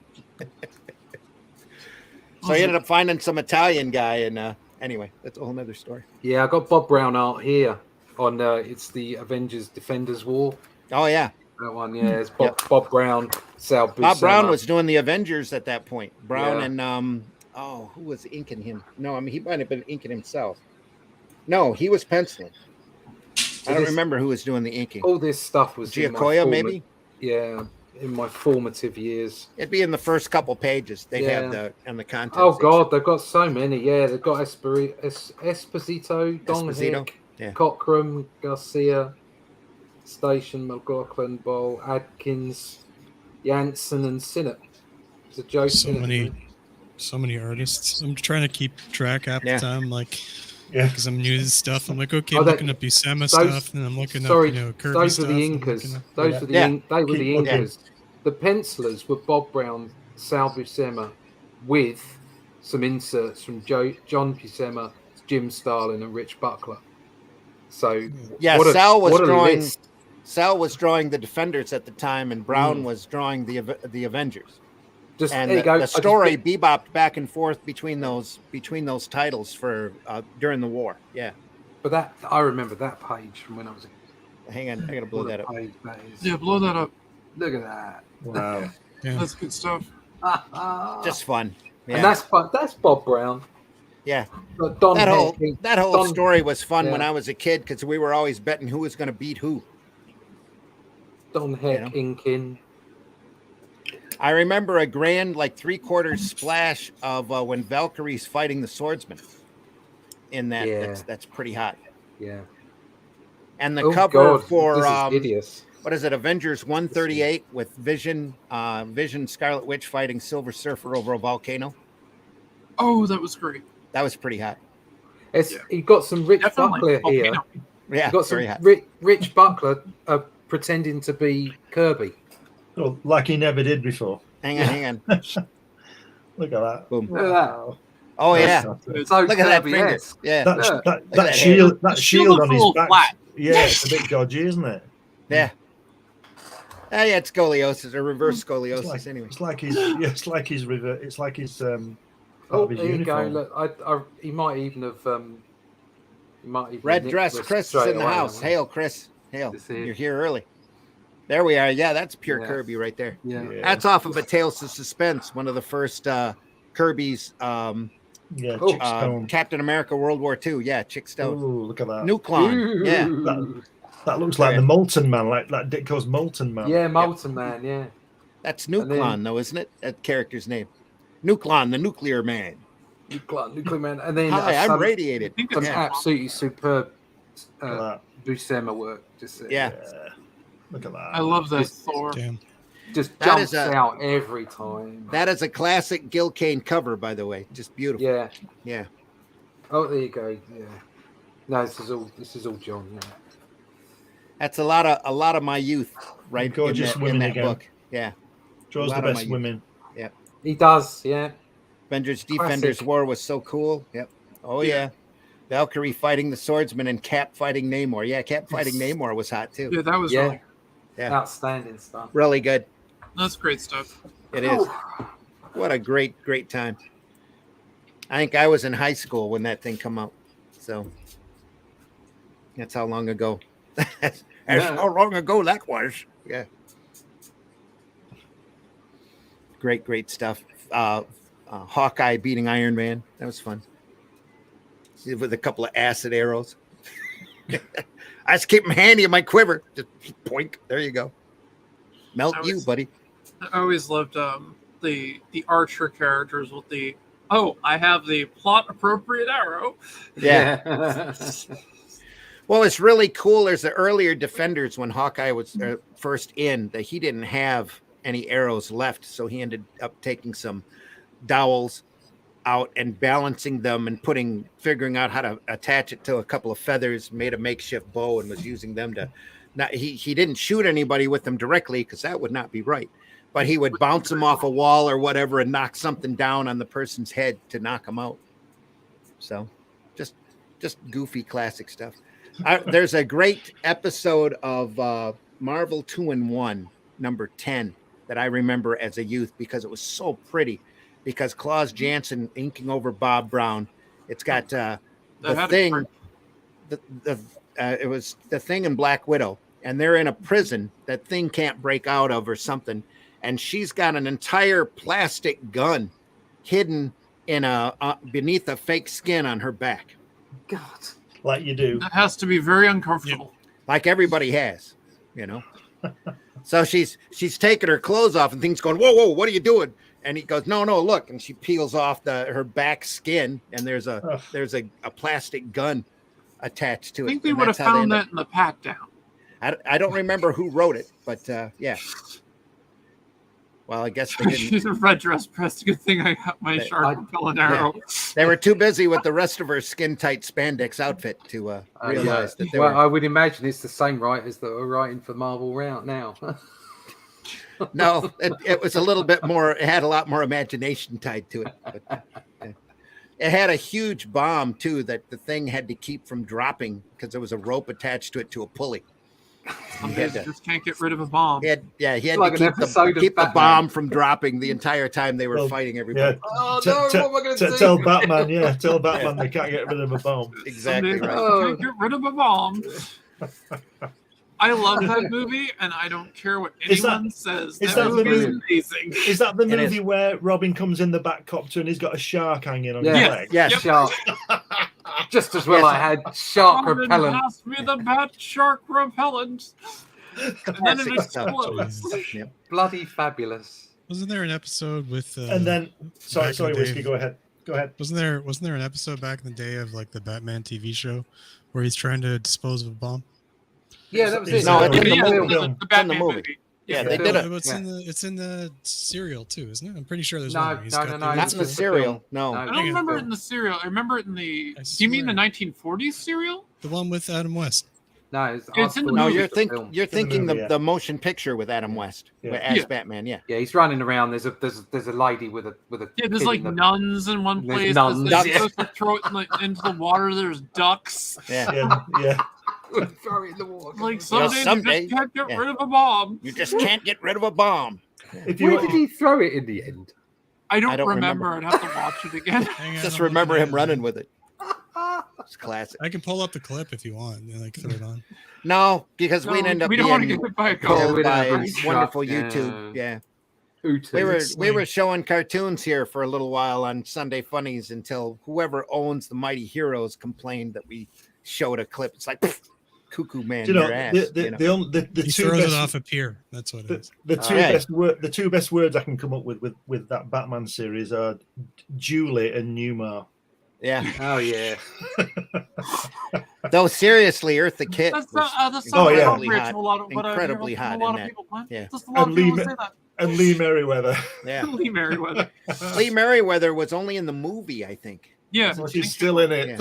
Yeah, she's still in it. That's Glenn's point. And she was very well. Yes. Yeah, she was in Time Tunnel, wasn't she, Lee Merriweather? She was one of the scientists outside the tunnel. Yeah. Yeah. Beautiful woman. I don't know. I never made that connection, but I guess I'm watching Me TV for the next couple of weeks. Yeah, she's in time tunnel. Yeah, two guys tripping through time after falling into a scientific tunnel. Yeah, and they could extend any episode by 5 minutes just for having them tumbling in slow motion. Yeah, it was that's how they filled up the time. Yeah, what they should have done was just show Lee Merriweather. Yeah, that's what they should have done. Walking around with a lab coat and a clipboard. I used to be fascinated. That was the reason why most people were watching it, I bet. So. Yeah. I used to be fascinated by Land of the Giants. Was it Bobby Darin? Bobby Darin was in Time Tunnel, wasn't he? One of the guys was a big Hollywood hunk at the time. James Darin. James Darin. Yeah. Did you see that, Glenn? Land of the Giants? Yeah. I didn't. I only watched a few of those. I was quite young. It was bonkers. I was getting to college and thinking I don't need to watch this. We have a retro syndicated station up here called Me TV. Yeah, and Saturday nights are they start with Sven Gulli, who's a horror host character. They show a bad movie while he's picking on it all the way through, and they have a lot of flying rubber chickens in it. It's pretty funny. They show one episode of Batman, so you have to watch next week in order to get the end of it. Yeah. Disgustingly, only for a half an hour. They used to show Wonder Woman and Hulk during that period, but now they show every Irwin Allen TV series, one right after the next, an episode of each. A Lost in Space, a Voyage to the Bottom of the Sea, a Land of the Giants, a Time Tunnel, and then after all of that Irwin Allen stuff, early in the morning, 6 a.m. in the morning, they show an episode of Thunderbirds. Oh wow! Isn't that the subplot from Gremlins 2, where the guy's dressed up as Dracula and he shows all the bonkers shows. He's one of the characters in it. They have the horror host guy and all that. That's where Elvira came from. That's literally the plot of Fright Night. It's okay. If you ever watch, there's a documentary out called American Scary that talks about the phenomenon of the American independent TV station movie hosts. Mm-hmm. And I'm in it for like 5 seconds. Talking about Sir Graves Ghastly. Can I have your which was our big... Yeah, really. I got an IMDb page off of it. So, yeah. That's awesome. I have to watch it now just for that. To find the 5 seconds of Randy. Exactly. I'm gonna read the page in IMDb. I don't have an IMDb page, but I am on it. Do I have editing rights on IMDb? They also list Gravity. What they call it? There was a Sci-Fi Channel show talking about comics and different media at that point. Gravity something, Gravity Well or Gravity something. I remember. Yeah, that was early on the Sci-Fi Channel stuff. Yep, I was on there for a segment too. That's listed on my IMDb page. Oh, cool. They don't list my incredibly brief appearance on Animal Planet's Treehouse Masters though. Oh. They did an entire episode of Treehouse Masters off of my work for the preservers, because they went to the nature preserve here locally and built a treehouse for them. That was the preservers headquarters. I've got 2 entries. They show my work all the way through the episode, which is really cool. That's really the point of the show, but I'm in it for like 3 seconds there. I've got one for some storyboarding and another in the art department where I made a creature for a film called Angry Nazi Zombies. There you go. Awesome. I have to see this movie. I do too. The sheer stupidity of that title will have me watching that movie. Absolutely. Angry Nazi Zombies, and I made a creature in it. I designed a creature. Dear. What was it? Angry Nazi Zombies? Well, there you go. Here's from one of the user reviews, and it finishes off in, yes, it's that stupid. The awful acting didn't help. That only come out in 2012. That's 2012, yeah. Yeah. 3 interlocking stories from the dark days of World War II. A soldier on a suicide mission, a troubled family with a monster in their bomb shelter. That's my monster. A supernatural investigator on their most dangerous assignment yet. It's just crap. You should claim that. You should start an IMDb page off of it. You have to pay for an IMDb. No, you don't. No, you don't. Nah. I thought you did. They're just there to be funny. accurate. I did a commission piece for a Yeah, a gentleman that was doing. I was saying I did a commission piece for a gentleman that did a failed movie about Nazi zombies. So he was doing a board game off it, but he ran out of money for the board game. So I did exactly one commission piece for miniature. I tend to have this feeling that probably all films about Nazi zombies are probably failures. Probably. Well, apparently he didn't have any funding for the game, so but I did one. Bummer. Well, there's definitely not enough movies about Nazi zombies. But when the crowdfunding thing first started to get going, I backed a book called Red Fog. I think it's Red Fog. That never came Nazi out. Zombies, and that was really good. That was a really good book. But other than that, Nazi zombies haven't really done it. This is your IMDb. Here's your IMDb. Well, it's past the Barbie ad. Angry Anyway, Nazi zombies. Full cast and crew, buddy. Yeah, there you go. There you go. You are listed under the art department. I was in right the art there. Department. Yeah, there you Creature go. artist. Yeah. Russ Leach. There we go. Russ Leach. There you are, buddy. There he is. He's famous. He's worked for Hollywood. And I've got the other one I'm under is I did storyboarding for a film called Noontide, which unfortunately is in production hell at the moment, so it's not going anywhere. We're going to have to look for that now, too. Noontide. Oh, just click his name and see all of his credits. Yeah, that's it. I just got 2 credits. Noontide. There you go. Top one there. Top. There's a Moontide from 1942. No, it's Noontide. Unfortunately, it doesn't go anywhere. So, yeah. Details, please contribute to this page. It says. No, it didn't finish production. They're still in the middle of it. Plot summary. Oh, got stuck in turnaround, I take it? Yeah. Well, it got stuck. It got done in by the pandemic. The bug? Yeah. The bug. Cloud9 Entertainment. That's why. Yeah. The bug hit it pretty hard. So we had a place up here called Cloud9. Yeah. Yeah. Yeah. There you go. There it is. Noontide. We follow a young, penniless musician in today's Portugal who's given the gift of music. He falls in love with Amelia. But she's killed on their wedding day. Orfeo finds her in the underworld, only to lose her again. Isn't that amazing? It says we follow a penniless musician, and then he's given the gift of music. He already had it. Maybe he didn't it's have a it God as much thing. And he falls in love with Amelia, and she's killed on the wedding day. He's actually James Bond. Yeah. So we're going with Orpheus here. Okay. Yeah, it had some quite big names associated with it for a while. Sting was associated with it, and who's the guy who's Frazier? He was associated with it, and it's because they kept on going through rounds of money wise, and they got it all sorted out, and then the pandemic hit and it absolutely crucified them. So I suppose it's sitting somewhere at the moment, sort of waiting for something to happen. I've lost touch with it now. So. I know Hollywood often refers to that as turnaround. It basically where movies go to die. Yeah. Waiting for something to happen. Yeah, and it's not like they didn't have money, because they paid me properly, very well, for doing the storyboarding and what have you. And they said they had some more. Storyboarding's good money. Yeah, it is. Yeah, storyboarding's really good money. It's really good money. Kirby did it. It's really good money, and that kept me going. That was a year's salary, mucking about with storyboarding for those guys, and so they had the money to do it. It's just it just happens. So hopefully they'll pull it out one day, but it's like was it Jack Kirby worked on a very famous piece that went to turnaround, but it turned out it was a whole CIA plot to rescue people. Yep, he got paid. He did. What the hell?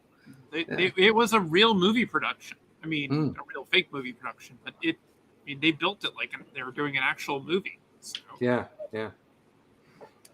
No, I've done plenty of things where I've been paid and no one will ever know what they are. It's just the way it is. You just get paid for it. That thing I did a couple of weeks back on Trolls. It's like, no, he's never going to see it. Doesn't matter. I got paid. That's why people should, they should stay agile and do lots of different things because just comics ain't going to pay the bills. Speaking about getting paid here, blow me up there, Randy. Yeah, that piece is looking great. Just a second.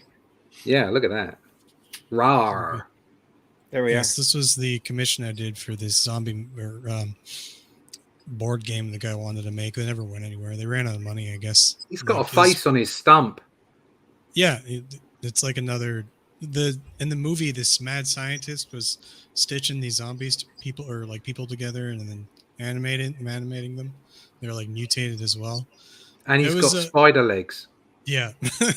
That's just all the horrible things in one. Yeah. You build that in ZBrush? ZBrush, yeah. Yep.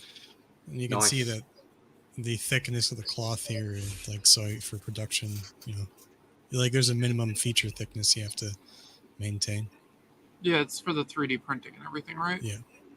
So this was printed, but the game was never made. So this is like the first prototype or whatever he did for it, and I don't know, just ran out of money. That is really cool looking. Yeah, I like that. That looks really neat. Well done. Thank you. Cool. Yeah, that's good. Okay, that's it. Now we have the night. Yeah. There we are. Oh God. Oh, where are we? Chat. We're here for the chat. We've been ignoring the chat. I guess we have here for a little bit. Let me travel what back up there. What are you talking about, sugar? What a time to be alive when we're talking about Avengers Defenders stuff. Hawkeye's quiver is like Batman's utility belt. Yeah. Oh, yeah, definitely. Good thing I got my sharp repellent arrow. Yeah, that too. Russian secret agents don't mess around. That's true. They don't. Running around with the bomb over his head like Adam West. Yeah. Hello, YK2K. Yep. Mad Black says it's Wonder Woman. Was that Wonder Woman with the lovely Linda Carter? Was she called? Yes, she was. She was gorgeous. Yep. Still is. Still is. Yeah, amazing. Yep. Yeah. Still looks gorgeous. Could make an Adult Swim cartoon with that name. LOL. Yeah. The angry Nazi zombies. Yeah. I would definitely agree with that. Yeah, that too. Robot Chicken. Robot Chicken could make it. Yeah. Just says, I have a Hollywood contact now. I got my foot in the door to be the proper Captain America. There you go. Thanks. Good luck. Chris Evans there from just going to say, Chris Evans definitely has America's ass. Actually, Chris Evans said he'd be happy to come back as a multiverse Human Torch if they ever asked him. Yeah, I heard that. That'd be cool. Yeah. Talking of movies, apparently Schwarzenegger's making Commando 2. Schwarzenegger's making anything he can get his hands on. God, that's going to be such a yawn. Another one to miss. Kelsey Grammer, or however you spell it. Yep. Yeah. Writers are the unsung heroes of all movies, in my opinion. Yep, that's too true. Yeah. It's only as good as that script. So until the director changes the script and has nothing to do with the original. Yeah. Well, isn't that funny how it's turned into directors being like the people that tell the stories now? It's all a bit weird. I find it particularly odd that they had to they have to watch what they do on the set of Deadpool 3 now because Ryan Reynolds can't ad lib. Yeah, they can't against the writers' union. Yeah, but that's the silly rules, isn't it? Yeah, that's kind of odd. Yeah, I'd say you've got to be careful at the moment because they're screaming about writing and about AI and all the rest of it. For the last few years, films have been god awful. Mm-hmm. So maybe AI is going to be better at it. Actually, AI needs a lot more. Couldn't be any worse, could they? Couldn't get any worse. Couldn't get any worse. You can get worse. Oh yeah, you can. You can get AI needs to be. That's pretty bad. Sorry, Allison, I didn't mean to step on you. What'd you say? I said you can get Plan 9 from outer space. Yeah, and an AI it's a good didn't bad like movie, that. But just think if this AI thing takes off and they start writing all these scripts, people are going to go berserk. You know why? Because they'll have nobody to blame. That's true. Yeah, that's true. Except for the programmer. Well, he's anonymous. I was going to say AI needs to read a lot more script writing instructional books. So, well, like I did say before in a different podcast, give it will get better. Like it's just it inevitable. They'll train it to get better. It'll start being more human. Give it a subscription to Writer's Digest for a few years. See how that goes. See what happens. I played with that Chat GPT just to see what it would do, and it's I can see why people are scared. Yeah, because I can see it getting better. Well, we had an episode of Nerd Bacon a few months back where Luke had GBT, and he asked it to make a Spider-Man script, and the script was pretty good. Yeah, it didn't have an arc. Like there wasn't a secondary plot or any of that kind of thing, but just a straightforward story. Straightforward story. It was better than everything I've read for the last 10 years. Yeah. Spider-Man comics. It was it was great fun. It was like go out, get the bad guys, and win. You know, it was just fun. Well, yeah, I mean, if you use it as a brainstorming material, I could see the thing being very useful. Yeah, because it will come up with things that you might not have thought of. I think we are now in a spiral. We're in a death spiral, and if you rely on things like ChatGPT to do your homework or to write things for you or whatever, you end up being incredibly stupid as a species. Oh yeah, no, you don't want to rely on it. No. But that's where it'll go. Yes, it will. You're absolutely right. Until the program decides you're not essential, and then just first of all, they'll make the ChatGPT will end up going to porn, and then everybody will rely on it because that's what everything happens on the internet. Yeah. And then it's all over. Game over. Holy crap! Imagine porn with an actual plot. Where's the fun in that? Well, there was a whole period there in the 80s when there were a lot of really good art house films that were. Is that what you call them? Art house. That is. There used to be a lot of art houses around, art house theaters. You know. Or you could take a brown paper bag with you. There was a while there they were starting to film porn on 70 millimeter. I'm telling you. Woohoo! Yeah. In order to look right on the large screens. Yeah. Now it's all digital, so it doesn't matter. Most of it's shot off of somebody's phone. That's the wrong expression. Don't say shot off. Is that what you're saying? Yeah.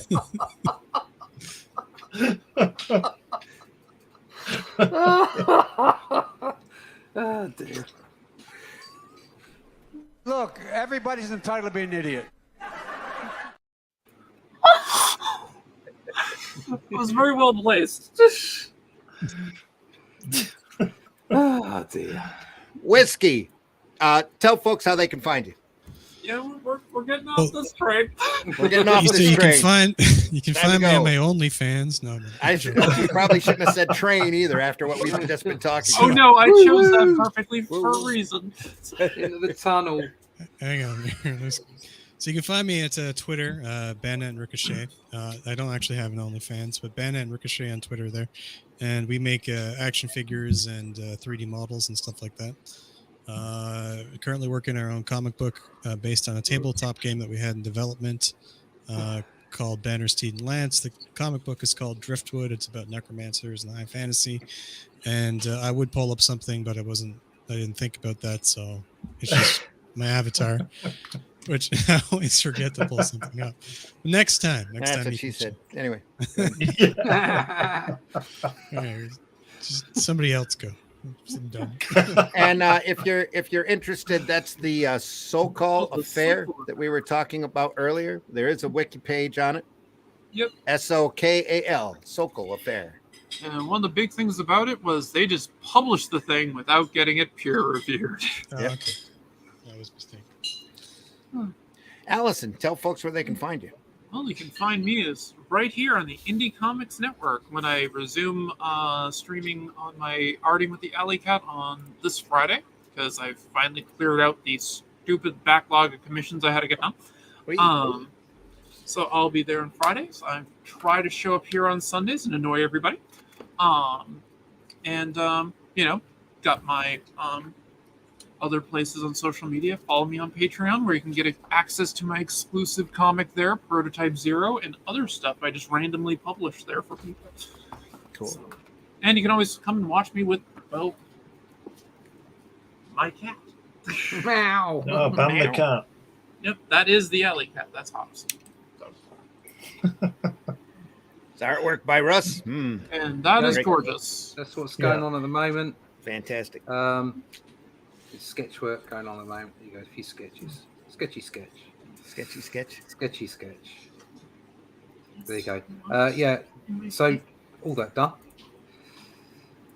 You can find me currently in the pages of Doctor Who magazine, Doomsday Special, Batman in Europe, and Only Death Can Save Us in the rest of the world. Different versions on my website or over on Barnes & Noble and Amazon. You can hit up my Instagram profile. I drop a piece of art there every day. It's archived or brand new. I've got an email list that you could be nice and sign up for while you're at my website, so that you can find out what's coming up next, including some of that Cull stuff, or should I say the Shadow Kingdom stuff. And you can get all of my other social media connections and what have you. Find out all about whatever I've been doing over at russleach.com. That's my website. Everything's there. Cool. Glenn, tell folks how they can find you. Yeah, you can find me on lots of podcasts, and always on Friday on with Randy and Russ and Whiskey, and today. And you can also find me on at New Haven Publishing, which is just published my Jack Kirby book, which details my visits to see him at his house. And you can also get these on Amazon. Soon, New Haven will be publishing this, which is my Hatch book, the second edition of his adventures. And I also publish Comics Unlimited, which is a 100-page magazine about comics, articles, artwork, and all that kind of stuff, interviews. And that's every couple of months that comes out. I'm working on issue 13 right now. And if you want to contact me about getting a DVD of my trip to see Jack Kirby, where I'm talking to him in his studio for about 45 minutes on this film, you just contact me and I can get a copy to you. Sweet. And folks, we all want to thank you for being part of the Sunday Funnies this morning. Thanks for putting up with us as our conversation just wandered all over the place. Matt Black says LOL. Also says Allison brought the cat in to shoot and strokes it like a Bond villain. LOL. Yep. Oh, yeah. Folks, you can find me over at arrowcomics.store, arrowcomics.store, where you can find books like Calico Shard, which is a great fantasy story that has artwork by C. Michael Lanning that I created. HeroBot Zero, which is a character I'm very fond of, working out a story on him right now. There's 2 issues of HeroBot Zero available up there for your enjoyment over at arrowcomics.store, and also Paragon, which is a great superhero story that I'm really fond of as well, with artwork by J.R. Harris. It's kind of like my version of Superman, if we were to suddenly pop up today and be able to leap tall buildings in a single bound. So go over there and check that out. There's also available over there is Revolt. That's an anthology book. I've got stories in it. Russ has got the second issue cover in it, and Glenn's got a story in issue 1 as well of Hatch. So you can go over there and enjoy that. If you take a second and go over to fundmycomic.com, do it now, because it's probably not going to be up there this time next week, is the Fool campaign that's available. I'm currently also working on commissions for that. Go over there and take a look at that campaign. We'll have a little bump for it as we go out the door today. But we are going to be shutting that down here pretty quick, because we've got another product that we're going to start another campaign for that we'll be marketing a little bit harder than The Fool, which is a great story of a young woman's fight to get out of the laboratory and the test tube that she was born in. There, that'll be the cover for it right there. The artwork by Abdul Rashid and myself, and colors by Patrick Gama. So can't wait for you to see that. We're calling it Alice in Chains. So we'll see how that works out. It's nothing to do with the 90s metal / grunge band. Nothing at all, but she does shoot chains out of her palms. So that's really cool.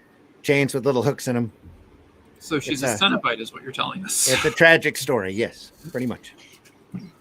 It's a tragic tale of manufactured humans and their fight to be individual entities. She's a member of the Order of the Gash. Yeah. asking for a friend of mine. Is that another adult film? Did I miss that one? Anyway. No, that's from Clive Barker. Oh, what a conversation! Cenobites, aliens. Rush, you couldn't make it up, could you? I don't think it was called that in this country. No, I bet it wasn't. Yeah. With the Hellbound the Hellraiser story. Yeah. They referred to as the Order of the Gash, right in the original. Oh, right. Yeah. That's probably before that slang term picked up a lot of. Oh yeah, no, that's definitely slang. Yeah. Okay. Yeah. I'm familiar with the slang. That's what a word. Folks, we're going to see you next week, 9 a.m. here on Sunday. Indie Comics Network. We're going to be live at least for the next couple of weeks. We'll see famous last words there. So we'll see how that goes. We'll find another. Maybe we'll even have a topic next week. You never know. And also Comics by Night, which is 5 a.m. on Fridays, which is live 5 a.m. on Fridays. As we go through the great work, Watchmen. We're actually up to issue 10. So if you haven't been following that, we've been looking at that issue by issue and going through that touchstone masterwork of sequential art. So we invite you to go over there. We are archived over on the Indie Comics Network, as well as Allison's podcasts as well are over there. So go over there and check those out. And hope you enjoy yourself. There should be some great there is some great entertainment over there, as well as other programs as well. We'll see you back here next Sunday, 9 a.m. for Sunday Funnies.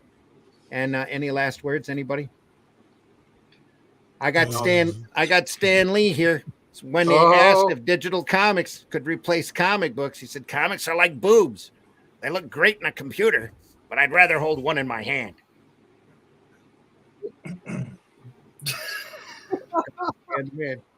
Anyway, remember, everybody, Meatball doesn't work that way. We'll see you very soon. It doesn't. Where's that kid, Randy? That little kid. Where's the kid? Where's the kid? I got this kid. Is that what you mean? No. The little guy in the car. This guy here. A bullshit. A bullshit. A bullshit. I got this kid too.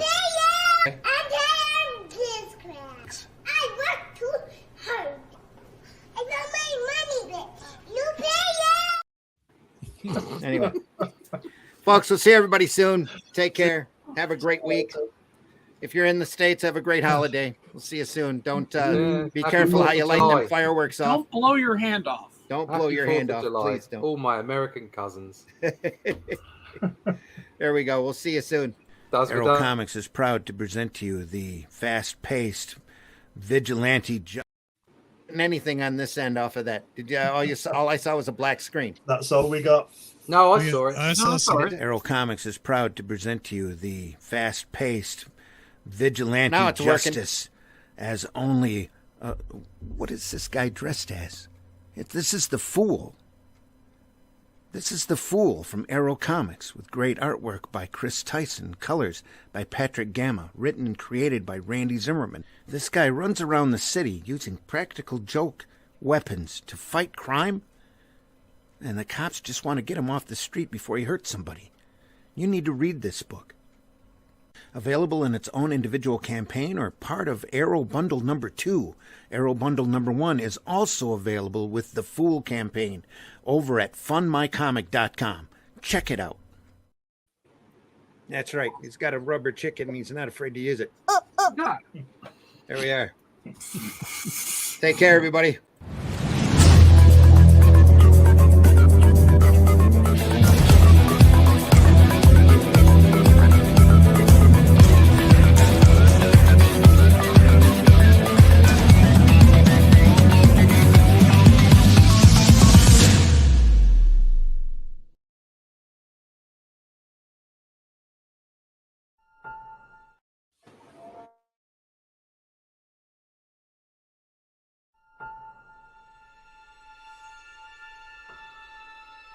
Thought it wasn't working for a second. The name Jack Kirby is pretty much synonymous with comic book art.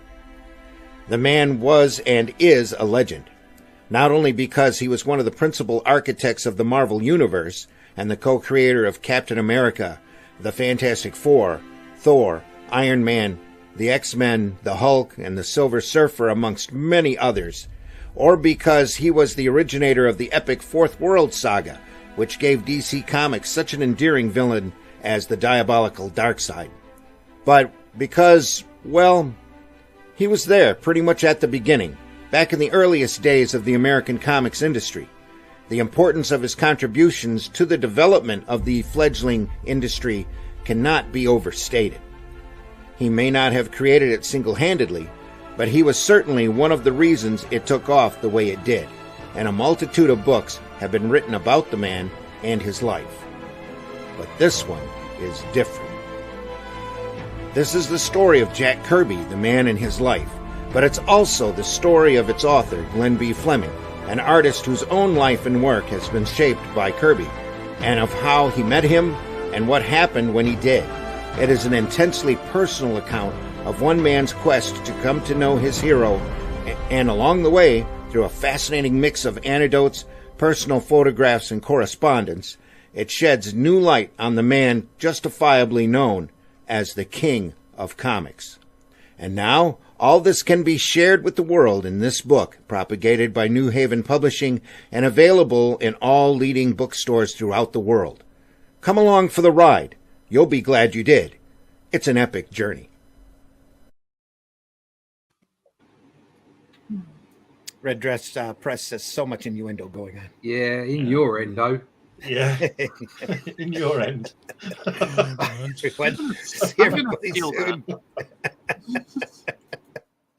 The views and opinions expressed within the video content found on the Indie Comics Network are those of the speakers and do not necessarily reflect the views or positions of the Indie Comics Network or its sponsors. The cake Positions is a lie. being the key word there. What? So the cake is a lie? The cake is a lie? Yes, the cake is a lie. Have a question or comment for us to address on the show? Have a topic you want us to talk about? Email us at indiecomicsnetwork@gmail.com. Want your comics to arrive in pristine condition? Head over to GeminiComicSupply.com and save 10% on your next Gemini mailer order or anything in the Gemini Comic Supply store. Use coupon code RAGIN10. That's RAGIN 10. Yes, I will.